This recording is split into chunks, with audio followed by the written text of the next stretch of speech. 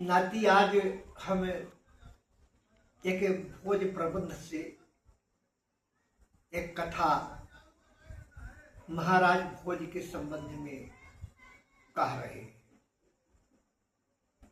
महाराज भोज बहुत उदार थे और बहुत बड़े विद्वान थे। अब विद्वानों के आश्रय भी थे। कहा जाता है कि उनके दरबार में भी कालिदास थे। वैसे कालिदास को विक्रमादित्य के नवरत्नों में माना गया है, लेकिन शायद ऐसा हो कि जो अपने समय का महान विद्वान हो उसको कालिदास से संबोधन किया जाता रहा हो। इसलिए भोज और कालिदास एक पुस्तक है, या भोज प्रबंध में भी कालिदास का वर्णन है। ऐसा तो उस समय प्रतापगढ़ नगर में एक संकर्षण नाम के ब्राह्मण रहा करते थे। ब्राह्मण विद्वान तो थे ही, लेकिन बहुत दीनहीन थे, बहुत गरीब थे, भिक्षावृत्ति थी और अपरिग्रही थी। आवश्यकता से अधिक वो धन जोड़ना नहीं चाहते थे और उतना ही वो प्राप्त करना चाहते थे जिससे उनका उदर भरण होता चला जाए। उनकी पत्नी कमला देवी थी, वो बहुत पतिव्रता देवी थी। 2-4 छोटे छोटे बच्चे भी थे। तो कभी कभी तो उनके यहाँ ऐसा हो जाता था कि 1-2 दिन का उपवास करना पड़ता। संतुष्ट रहते थे। एक दिन उनकी पत्नी उनसे बोलती है कि महाराज आप विद्वान हैं, बच्चे भूखे रहते हैं, कभी कभी 2 दिन 3 दिन पेट भर भोजन नहीं मिलता है, और जो रहता है तो बिना दूध के, और हमको भोजन पेट भर नहीं मिलता, तो छोटे बच्चा है, हम जब पेट भर भोजन नहीं खाते तो हम दूध भी नहीं निकलता तो क्या पिलाए।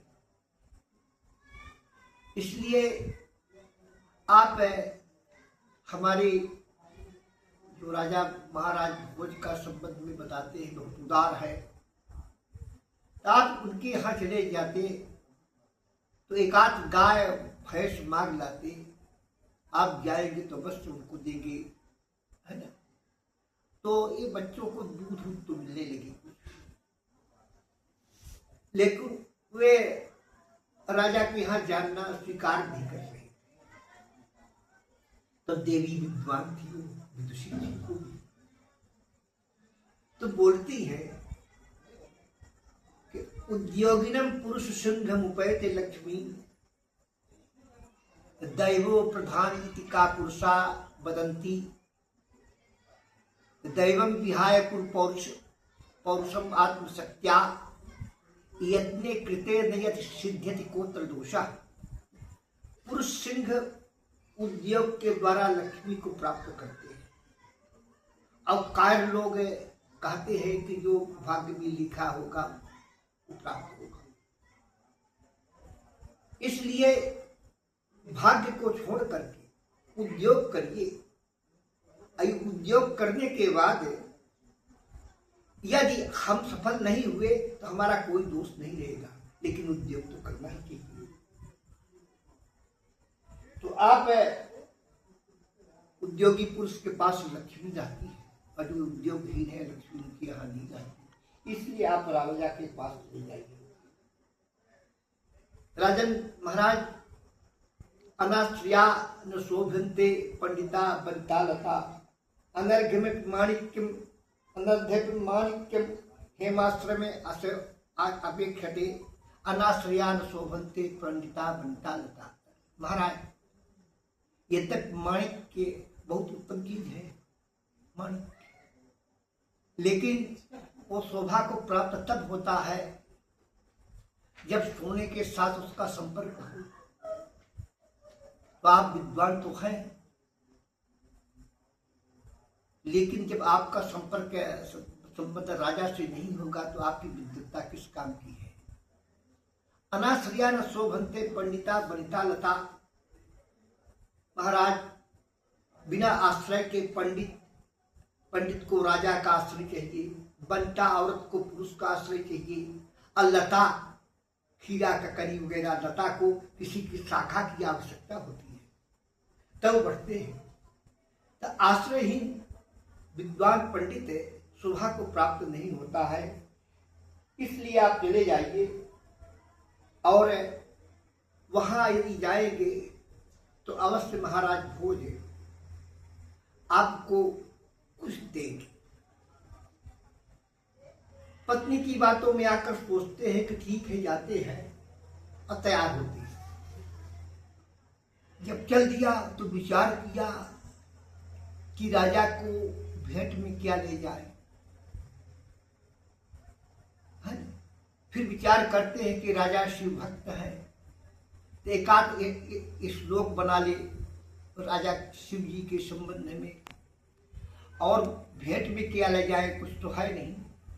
तो उन्होंने एक बेल का फल, जिसको श्रीफल भी कहते हैं, नारियल को भी श्रीफल कहते हैं और बेल को भी श्रीफल कहते हैं, वही एक बेल लिया। तो चलिए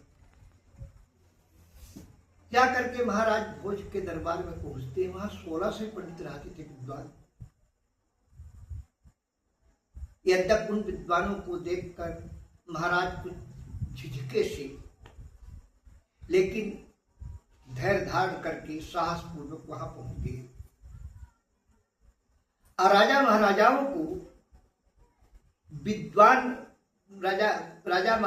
को विद्वान पुरुष जिस प्रकार अभिवादन करते, आशीर्वाद देते हैं, उसी प्रकार उन्होंने राजा को आशीर्वाद दिया और बेल को अर्पित कर दिया।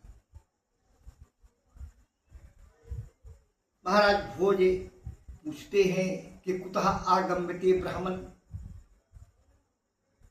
महाराज आप कहाँ से आए हैं? कि प्रथम बार गए थे, इसलिए महाराज भोज को मालूम नहीं था, कि इनका परिचय नहीं मालूम था, इसलिए पूछे कि कुतः आगम्यते ब्राह्मण, आप कहाँ से पधारे हैं महाराज?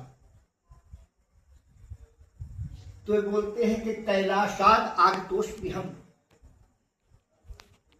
मैं कैलाश पर्वत से आया हूँ। कैलाश पर्वत का नाम लेने से वो बहुत प्रसन्न हो गए, क्योंकि शंकर जी के पर्वत से आए थे। कि कुतः आगम्यते ब्राह्मण, भगवत आप कहाँ से पधारे हैं? तो उन्होंने कहा कि राजन कैलाशाद आगतोस्मि हम, मैं कैलाश पर्वत से आया। महाराज भोज बहुत प्रसन्न होते हैं और प्रसन्न होकर पूछते हैं, शिव से चरणों स्वस्थ। कैलाश पर्वत में भगवान शंकर रहते हैं, उनकी हाल चाल क्या है? कुशल से है ना, सब परिवार भगवान शंकर कुशल से है ना, शिव से चरणों स्वस्थ। तब पंडित जी कहते हैं कि महाराज किम पृच्छसि शिवमुक्ता। राजन आप राजा हैं, आपको नहीं मालूम है कि भगवान शंकर तो कैलाशवासी हो गए, अर्थात मृत्यु को प्राप्त हो गई। इतना कहने से महाराज भोज चकित हो जाते हैं, सब समाज चकित हो जाते हैं। बोलते हैं जो काल के काल है, जो अविनाशी है, अजन्मा है, वे भगवान शंकर कैलाशवासी हो गए। कि क्या कह रहे हैं महाराज? के हाँ भगवान शंकर कैलाशवासी हो गए, अब कैलाश में भगवान शंकर। फिर कैसे? तब कहते हैं पंडित, अर्धम दानव वैरिणा गिरिजयाप्यर्धम हरस्याहुतो। अर्धम दानव वैरिणा गिरिजयाप्यर्धम अर्धम हरस्याहुतो। देवत्थे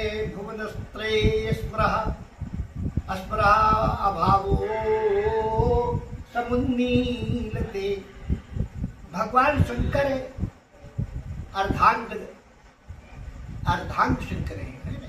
आधा शरीर है, अर्धनारीश्वर है भगवान शंकर। आधा शरीर उनका नारी का है और आधा पुरुष का है। अर्धम दानव वैरिणा गिरिजयाप्यर्धम हरस्याहितो हितो देवेत्थे भुवनत्रे स्मरः हरः भावो समूमीलते। भगवान शंकर का जो आधा भाग नारी का है वो भगवती पार्वती जी से मिल गया है। नारी वाला रूप है उनका तो मिल गया उनसे, बचा आधा। आधा हर्ष भगवान हर ये मिल गया है, तो उनका रूप तो अब रह ही नहीं गया। बिना रूप के हो गए, रूप तो है ही नहीं। अब रहे उनके कुछ उपकरण, उनके मस्तक में जो गंगा जी की थी, त गंगा सागरम अंबरम शशिकला सर्पोत्पतत भूतले। तो जो गंगा जी वहां से चलकर समुद्र में मिल गई, अब गंगा जी भी नहीं। त गंगा सागरम अंबरम शशिकला, और जो मस्तक में चंद्रमा था तो जाकर के आकाश में चंद्रमा से मिल गया, चंद्रमा भी नहीं। सर्पोत्पतत भूतले, और जो सर्प उनके गले में रहते थे वो पृथ्वी पर विचरण करने लगे हैं, इसलिए वो सर्प भी नहीं। सर्वोत्तम सर्वज्ञत्तम अधीश्वरत्तम निगमत्वां मां च भिक्षाटनम। लेकिन भगवान शंकर सर्वज्ञ हैं और सबके अधीश्वर हैं। तो एक गुण महाराज आप में आ गया है। एक इनका भिक्षा पात्र का था, स्वयं महेशः ससुरो नगेशः सखा धनेशस्य तनयोर गणेशः तथा भिक्षाटन में विशंभु। भिक्षा का जो पात्र था वहाँ कैलाश में रहा था, पड़ा था, तो उसको लेकर महाराज मैं आपके पास चलाया। अब वहाँ कुछ है नहीं। भगवान ब्राह्मण देवता की इस प्रकार बात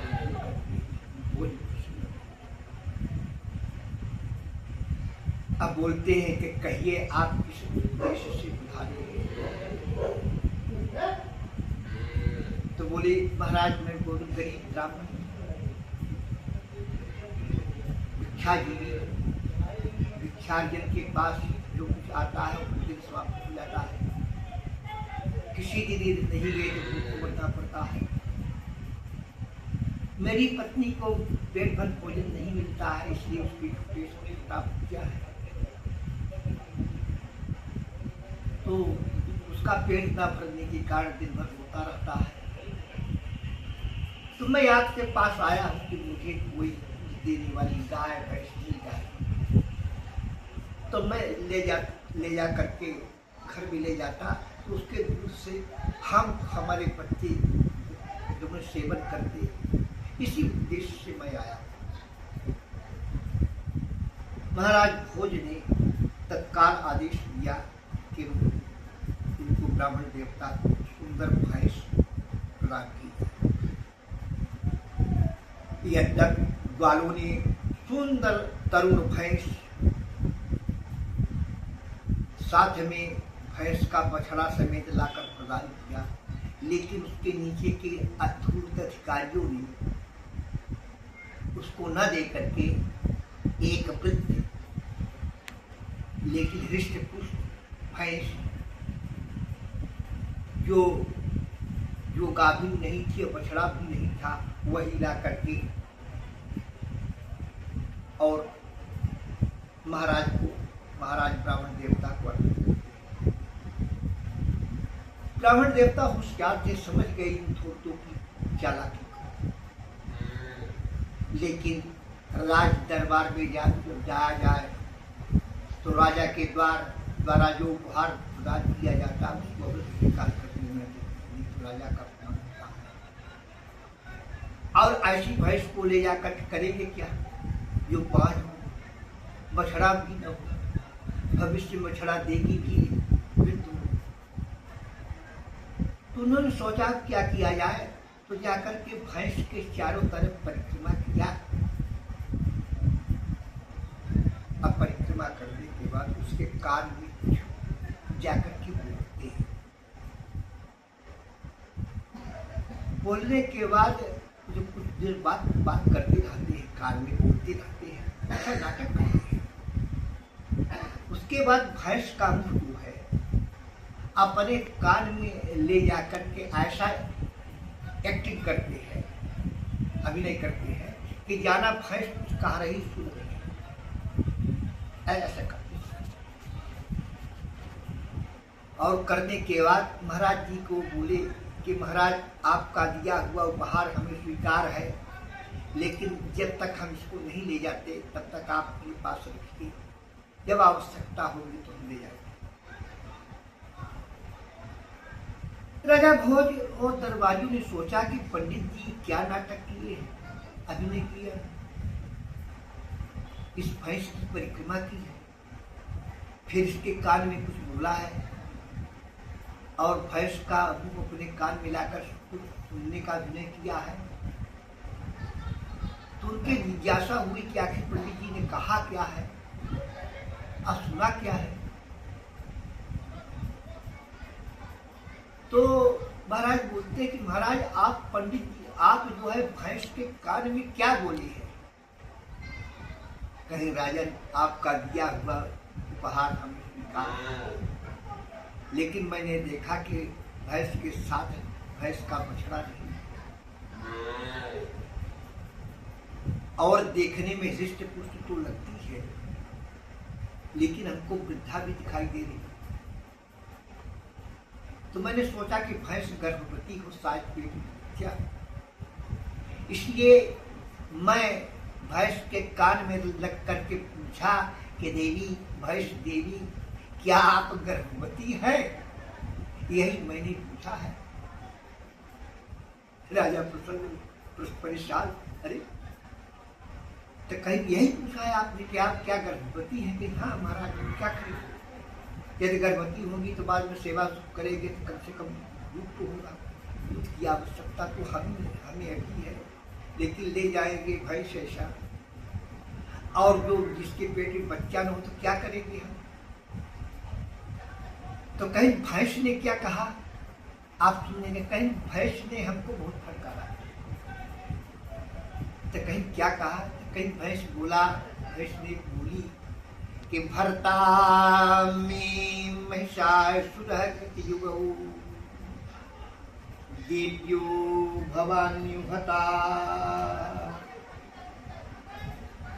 तस्मात् तद्दिन तो भवामि विधवा वैदव्य धर्मम ह्यहम्। भैंस ने कहा कि हे पंडित जी, मेरे पति का नाम था महिषासुर, जो महिषासुर दानव थे, देवी भवानी ने नष्ट किया था।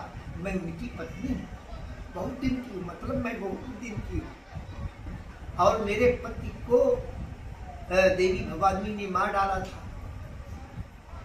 भरता माने पति को, मैं महिषासुर मेरे पति महिषा को देव्यो भवान्युहता तस्मात् तद्दितो भवामि विधवा वैदव्य धर्मम ह्यहम्।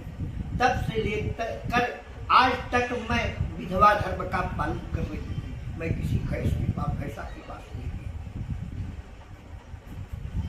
और तब से न हमारे कोई बछड़ा नहीं।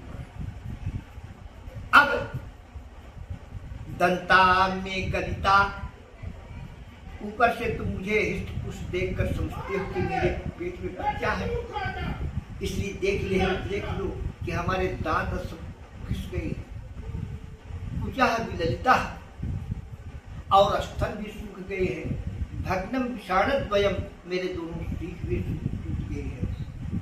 वृद्धायाम गर्भ संभव विधिम प्रच्छन्न किम लज्जति। भैंस ने मुझे फटकारा कि हमारी दशा देख करके तुम सर में लिखती है, बेशर्म हो क्या कि तुम मुझसे पूछते हो कि क्या तुम्हारे पेट में बच्चा है, सर में लिखती हमारी दशा देख कर। यही भैंस ने कहा। इसलिए ऐसी भैंस को ले जाकर के हम करेंगे क्या? जो चीज अनुपयोगी होती है, अब किसी के पास तो उसकी रक्षा राजा करता है, इसलिए भैंस हमारे लिए अनुपयोगी है। अब आप द्वारा प्रदान की गई थी तो स्वीकार करते हुए भी आप इसकी रक्षा करिए, हम है और हम चाहते हैं।